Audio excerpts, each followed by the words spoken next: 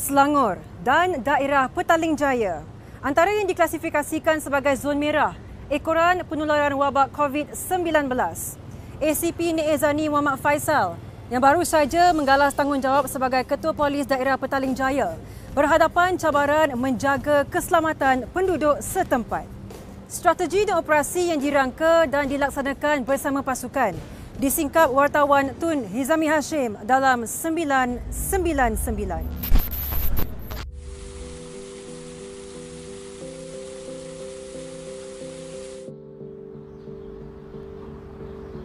Kota Damansara adalah antara yang tertinggi dengan jangkitan COVID.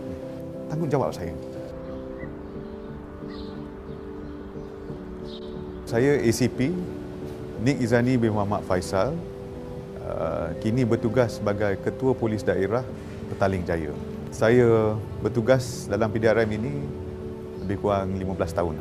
Saya mula menyertai pasukan Polis Diraja Malaysia pada tahun 2005. Sehinggalah saya diarahkan untuk laku di Petaling Jaya ini pada 17 hari bulan 2. Keanggotaan di Petaling Jaya ini cukup besar berbanding dengan daerah-daerah lain di seluruh Malaysia ini. Kes-kes di Petaling Jaya cukup kompleks. Apabila diwar-warkan pada mulanya yang saya akan kemari untuk menggalas tugas sebagai Ketua Polis Daerah, tugas dia cukup berat.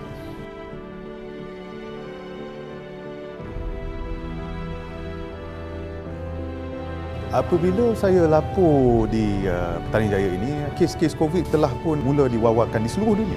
PJ ini mempunyai satu lapangan terbang di Subang. Aircraft dari luar sampai. Ada kemungkinan di mana penumpang-penumpang ini dijangkiti. Banyaklah preparation yang kena saya buat, kajian-kajian serta banyak strategi yang saya kena laksanakan dalam tempoh yang singkat ini.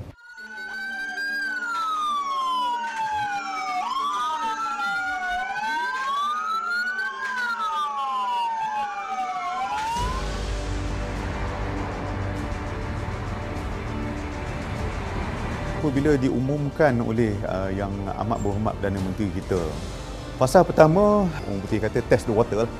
Saya start dengan roadblock dan roadblock saya pun lebih banyak berubah-ubah. Saya tengok kawasan mana yang sesuai. Saya start dengan 4 ke 5 roadblock di ubah sana, ubah sini dan sebagainya. PDRM pada fasa 1 kita lebih kepada menasihat dan mendidik.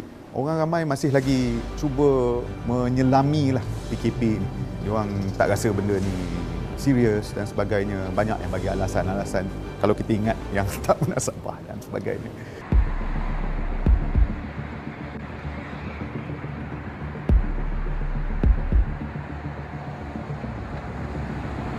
Dan apabila kita masuk ke fasa kedua, saya dah nampak trend, movement, pergerakan warga PJ dan juga warga-warga dari luar yang merentasi Petaling Jaya ini. Kita tambah lagi roadblock di kawasan-kawasan yang kita dah identify. Kita dah tahu dia selalu lalu kawasan ini dan sebagainya. Kita tutup jalan. Petaling Jaya pun di Selangor ni antara yang pertama yang tutup jalan dari Kota Damansara ke Sungai Buloh.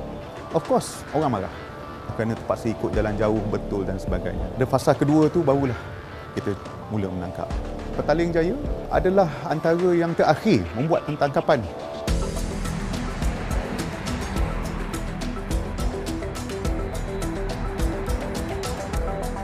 Apabila masuk fasa ketiga, ada industri-industri yang dikecualikan dan of course bila ada industri yang dikecualikan, ada pertambahan dari segi trafik lah di jalan raya. Dan fasa keempat ni pun benda yang sama lah dengan gerak Malaysia lagi dan sebagainya. Kena ikut situasi semasa.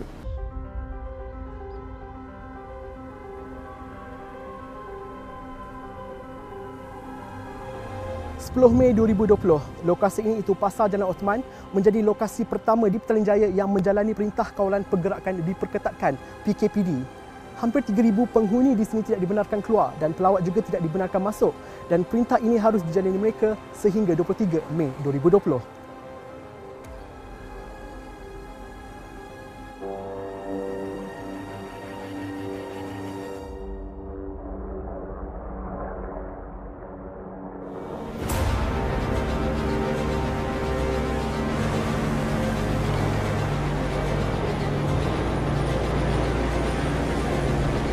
selain daripada roadblock jalan tutup ni, saya ada rondaan Aberdeen. MPV saya akan berhenti di pusat-pusat tumpuan ramai dan mula meronda di situ. Sekiranya perlu dinasihatkan, kita nasihatkan untuk comply.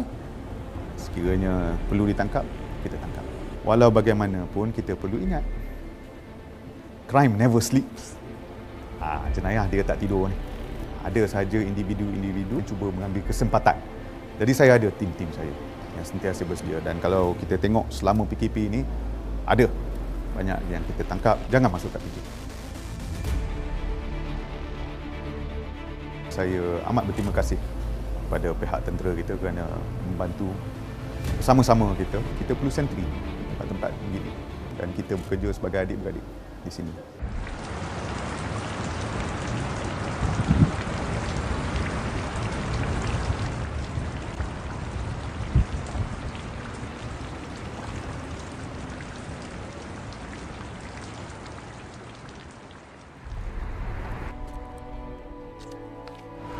Bermandi penuh kerana panas terik dan basah kuyup kerana hujan lebat, itu tidak mematahkan semangat pasukan di barisan hadapan untuk bertugas menjaga kawasan daerah Petaling Jaya ini di 11 buah sekatan jalan raya dan 9 buah penutupan jalan. Walaupun kesemua jalan telah dibuka setelah memasuki fasa ketiga dan keempat ketika pelaksanaan PKPB, iaitu Perintah Kawalan Pergerakan Bersyarat, namun mereka dikerah untuk menjalankan operasi Ops Warn and Sweep dan juga Opcantas dalam menjaga keselamatan masyarakat setempat. Setiap petugas yang berada di bawah sana itu melaksanakan tugas mereka dengan penuh cekal, dan sumbangan kederat daripada mereka ini bukan sesuatu yang lakonan ke ataupun dilakukan atas keterpaksaan ke, tetapi saya dapat lihat bahawa mereka lakukan itu dengan semangat. So mereka tidak ada pilihan sekiranya berlaku diisytiharkan satu-satu daerah itu sebagai daerah ataupun zon merah. Mereka sendiri terdedah apabila arahan dikeluarkan supaya mereka membuat pemeriksaan dengan cara bersoal jawab. Berjuta-juta manusia yang mereka periksa selama 4-5 fasa PKP ini. Jadi siapa yang mempunyai membawa virus tersebut.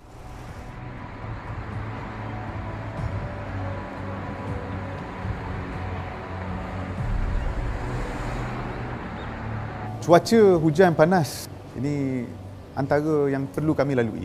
Kemah yang ditiup angin dan sebagainya, tak perlulah kita nak kesian polis ni apa semua. Panas, hujan, kami tetap di sana. Kami tetap berdiri.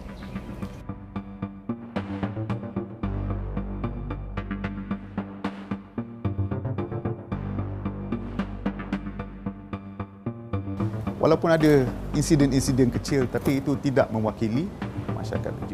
Saya ucapkan terima kasihlah kepada masyarakat PJ. Rata-rata banyak memberi support dari segi kerjasamanya dengan PKP ini. Yang penting sekali dia punya compliance kepada MCO ni. Jadi saya ucapkan terima kasih banyak-banyak.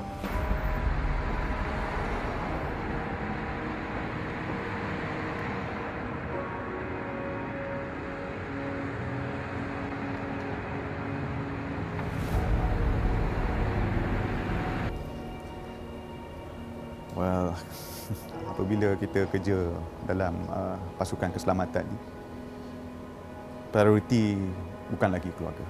Saya pun dah masuk 15 tahun, dia faham. Dan semua keluarga-keluarga polis pun faham. Ini yang kita sign up lah. Ini hidup yang kita pilih. Keluarga always nombor 2. Prioriti masyarakat, keselamatan dia dan amanah yang kita bagi.